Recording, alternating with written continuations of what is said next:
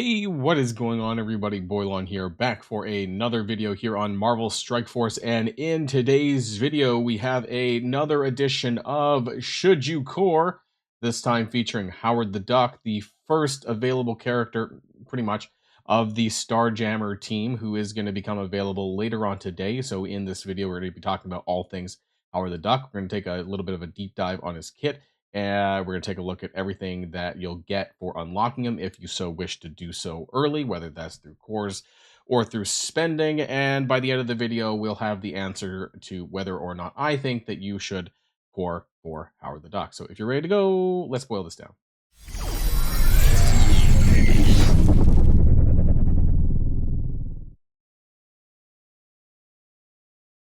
Now, very quickly before we get to the rest of the video, this is something that actually just popped up last night, literally at the 9 p.m. or I think it's the 9 p.m. Pacific time reset. That now there is Shadow King and Old Man Logan awakened abilities in the Crucible store. This was not something that was ever mentioned in a blog or anything like that.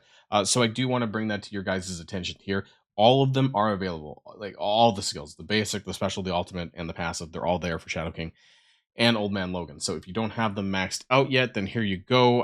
It's super weird, right? Because this is like a free, easy win for them. Something that they could easily have popped into the blog and would have been nice to know. Maybe it was a bug. I mean, why did it go in at 9 p.m. and not at 1 p.m.? I have no idea. Right? I have no idea why Scopely does the things that they do. They probably don't even know, honestly. But anyways, let's get to the rest of the video. So let's talk about Howard the Duck, right? So before we get to the kit, I want to go into his stats. I'm also going to go into full screen mode so you guys can see the whole thing. So where is he in health? Let's look for Howard the Duck. It looks like, since I don't see him right immediately, I'm going to have to search for him. So Howard the Duck, pretty sure hit Control F, Howard the Duck. He is number 29 in health, so he is around the hit points of Thanos Endgame, which is a little bit surprising. But he, just a little bit above Ancient One, Lady Deathstrike, so in the top 30 over here. That's actually not too bad. I'm wondering if there's a little bit of HP power creep, because he's not really designed to be a health-based champion by any means. Let's take a look at where he sits on damage. Not in the immediate top either. Looks like he's number 21 in damage stat here, the same as a lot of characters, actually. But War Machine, Patriot, Howard the Duck, Polaris, a little bit higher than Wasp and Sentinel. So, it's interesting because they literally have the exact same number stat here. And it's like they use the same formula when it comes to releasing new characters. I don't know, maybe that's their plan. As far as armor, let's look for Howard the Duck. He is 13. He has a tech-based character. I don't know if that matters, the fact that he's a tech character, but there you go. Tied with Kahori, so that's pretty nice. So he's not exactly a glass cannon. He's going to be pretty defensive, I guess you could say. Let's take a look at his focus. He is going to be number 13 in focus as well, tied with Lalandra, and a fair bit ahead of some of these other characters like Agatha, Cosmic Ghost Rider, Ironheart, Ares. There's like a 10k jump there if you can see between these characters. So that might represent a small increase in terms of the power creep. And resistance, we do have him in number 20. So there you go. Same as Rocket, same stat there. How fast is he actually? I don't quite remember. Howard, where are you, Howard? Number 90. Okay, he's not that fast. He's 120. That's these days probably below average. So not too amazing on the stats, but actually not too bad on the speed. But the rest of the stats actually is pretty solid. I would say like top 20. I think I saw maybe some top 30 there. So Howard the Duck is a hero cosmic tech blaster character. These are pretty much the same traits as Rocket, right? Like they're this, other than he's not a guardian character, but otherwise it's the identical tech blaster, cosmic tech blaster. His basic Quack Fu, offense up for 2 turns, in Crucible, offense up for the entire team. So I don't know if the safety attack, aka the striker attack, does this, but this could be very, very good, right, for a striker follow-up, given the fact that his speed, I think, is on the later part of it, meaning that if some of the other characters who go before him put out a raider or a skirmisher or something like that, then there's a good chance that this follows up, because I don't know if the team gets on spot offense up or not. If they don't, anyways, then there might be an opportunity there for the striker, anyways, just to give some more buffs to the team if that works that way. I hate the fact that the striker and safety information is not on the web and it's not available in game. It honestly really, really boils my blood because this is never available, and their excuse is because they don't want to spend the time translating it, because the website and in game would require translations for all of the existing languages that the game uses. But there you go. His special Lucky Malfunction clears all barrier on all enemies. AoE for 300% piercing, and then for each enemy with barrier on the start of this turn, which is interesting. Wouldn't it be like on the start of this action, or before this action or something like this? I don't know. It's kind of strange because like you're not necessarily using the skill. Gain plus 25% damage up to a max of 200%. That's interesting because that's like a total of 8 characters. And like, I don't know in what situation when there's like more than 5 on the maybe in like I don't know, events. Like I'm not sure where in what situation you're going to be fighting like 8 characters with barrier. But there you go. If you are, you're doing a crap ton of more extra damage on that skill. BFG. This is available on turn 1. Primary and adjacent for 350% piercing, ability block for 2 turns, disrupt for 2 turns, and a trauma if you have the entire team. So there's not much, and that's the kind of thing that I'm disappointed when it comes to Marvel Strike Force these days, is that more and more we're seeing this 4 or more. There's very little theory crafting or any drag, taking characters out at all, and it really makes the game, in my opinion, a lot more cookie cutter, because you can't really, there's no flexibility here. So you need the full team, and then you put trauma if you have that available. It does 25% extra damage against targets with barrier and ignores defense up. So very solid anti-barrier team. On spawn, defense up. So he's got that. Increasable fill speed bar for 15% and 5% per Starjammer ally. So this is going to be 35% with the entire team. On enemy turn, if that character has barrier, attack that enemy for 200% piercing. So it's like if they have barrier, it's like a ping against them, which is pretty interesting. Although it doesn't like go through the barrier, so it's just gonna like, I guess, lower the barrier that they already have. In Crucible, before this character takes a turn, this is important. Speed bar cannot be filled or reduced by any enemy for themselves, allies, or enemies. If I'm not mistaken, someone's going to correct me below. I'm pretty sure this is a Jean Grey passive, not a Captain Britain passive, right? So this does not affect his team, right? Because he's got speed bar there. So I think this is more akin to Jean Grey. I do want to talk about this part though.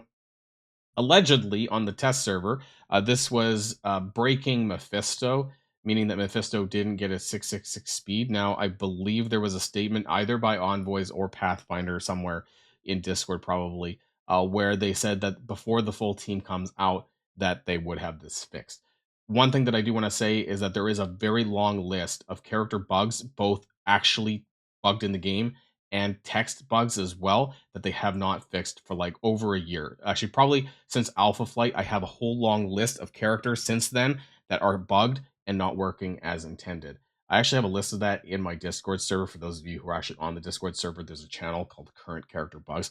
I even have it perfectly lined up for Scopely if they ever want to take a look at that, because there's so many fucking things wrong with some of the characters, and it honestly really pisses me off that they never actually decided to fix that. Uh, I'm not even gonna, it's not the point of the video, but yeah, it does kind of piss me off that things are like constantly bugged and they never actually fix it. If this character has 4 or more Starjammer allies, enemies cannot gain evade. This is available outside of Crucible, so that's something there. But again, with Howard, it requires the full team, so you're not going to get this stuff until you have Havoc, right? Which is going to be in about like 10 days or so from here. So do keep that in mind when you're deciding whether or not you want to get Howard now. Now, what happens if you do decide to get him today? Then you would get unlocked his Howard the Duck Chapter 2 story. We talked about this in a previous video, the kind of stuff that you're going to get out of this, which is going to be the Mcron crystals, right? So you get guaranteed first-time rewards. That's pretty much the big bait, I suppose, as to why you would want to do that now. And of course, it would give you more shards now towards later. So whenever they do have whatever the free-to-play method of unlocking Howard the Duck happens to be, whether it's an event or something else, you'll have more shards towards that, so that you can, like, I guess, supplement that method plus the shards if you core for him, that you might get your way towards a 5-star. And what is that going to do for you in the long run? Well, we talked a little bit about the Mcron crystals and how that's going to shave off, time towards a 7 yellow Lalandra. And I don't have any, confirmation on this, but I do believe that there's going to be some reason why you're going to want to have yellow stars on Lalandra, because the only thing that differentiates a spender in free to play is how fast you're getting to that 7 yellow Lalandra. And I do think that that may end up being a requirement in some extent for Xavier. Do free to play or light spenders need that? I don't know because we don't know the full details. So, one thing that I could say is that if you're not sure, because you do need the full team to activate the passive, I honestly don't think that the four piece is really going to do that well. Lalandra should actually be unlocking today. I'm pretty sure because one more daily raids and you should get her unlocked if you've done everything else. But let's just do the 5 yellow, right? So let's say you core to get them unlocked now, but with the free to play later on, you'll end up getting close to a 5 star. Let's just hypothetically, right? So that's 3,000 for 3 yellow, 3,500 for 4 yellow, and then a 4,000 for 5 yellow. So that's a total of 10,500 Mcron crystals. And that's pretty important because if you add that to the milestone, like I said, we kind of did that in one of the previous videos, but it's a fair bit. So like today, we're gonna unlock Lalandra at 110 shards. So if you got a 5 yellow, or Howard the Duck, right, that would push you up to about 21,500, something like that, right? So that's an additional 30, 60, 90, not quite there, right? So 90 shards now. That would get you to a 4 star Lilandra now. It also means that just over the course of the milestone that you will get to that 7 yellow that much quicker, right? Towards the end of this.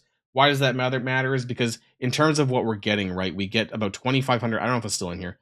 The weekend Crucible event, we were getting about 2,500 Mcron crystals from this, and we're getting about 360 per day on the daily raids. So 10,000 Mcron crystals at a 5 yellow Howard, that's essentially shaving off 2 weeks worth of free to play Mcron crystals. And if you did that both with Howard the Duck and Havoc, if you got to about a 5 yellow on both because of like the combination of coring and free to play, that would shave off about 4 weeks towards Lalandra's 7 yellow. I mentioned that in the previous video as well. Now, do you need to do that? Again, I'm not entirely sure whether or not you need to.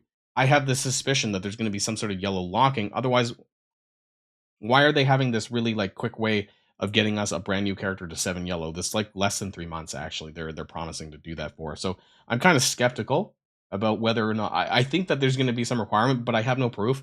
And if you are someone who is not sure that if you want to core for this character yet, because you have time, right? Realistically, I don't think that the team is going to do much in Crucible unless you have the full 5 men with Havoc, anyways. So if you want to wait and you want to hear for more information about, what might be coming with Xavier, then you could kind of wait until Havoc comes out, core for both of them at the same time. That way you have the entire team unlocked, right? If you have the resources to be able to put towards them, especially, then that could be a strategy as well. I don't know if there's like a huge imperative to really unlock Howard now. If you're in the coring side of things, if you're spending, go nuts, right? That means you're also going to get more Ampron crystals. You're going to get Lalandra to 4 yellow sooner. So there is going to be that part of it. But I don't think that the team itself is going to have significant value right now because we're still waiting 10 more days until Havoc. So I guess the question, and I think that's everything. Did I cover everything? Yes, my tabs are all done. So the question of should you core for Howard the Duck, I think it's a bit of a mixed bag here, right? I don't personally see the value of him right out of the gate.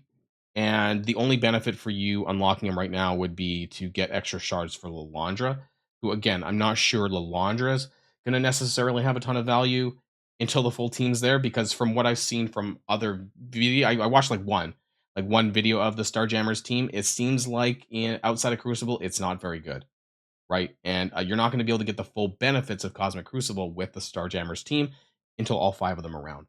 So for now, I'm probably gonna pass for now, but when Havoc comes around next week, I may use that opportunity to core for both of them. So if that's something that you're thinking about doing, if you're thinking about coring for them at all, you can either do it now if you want to get it over with and see what your luck is at, or you could wait until Havoc comes out and core for both of them. But then, just make sure that you're saving your cores for when you want it, and you'll have them available. Because I do think that I'm probably going to be coring for them. I'm just not necessarily doing it right now. I think that there's going to be a reason why you're going to want the team. I think that there's going to be some event requirements, even though they haven't said the entire team is required. I think there's going to be a soft requirement to use them in near future events. And I think pushing Lalandra up the shards faster is going to be important when we get some more information around Xavier. That's just my thoughts there. Let me know what yours are in the comments down below. I hope this video was helpful. Otherwise, let me know what things I could add for next time when we do Havoc. That's it for now, everybody. And if you like this video, make sure you hit that subscribe button if you haven't already, and you'll be greatly helping out the channel. Have a great day, and I'll see you guys on the next one.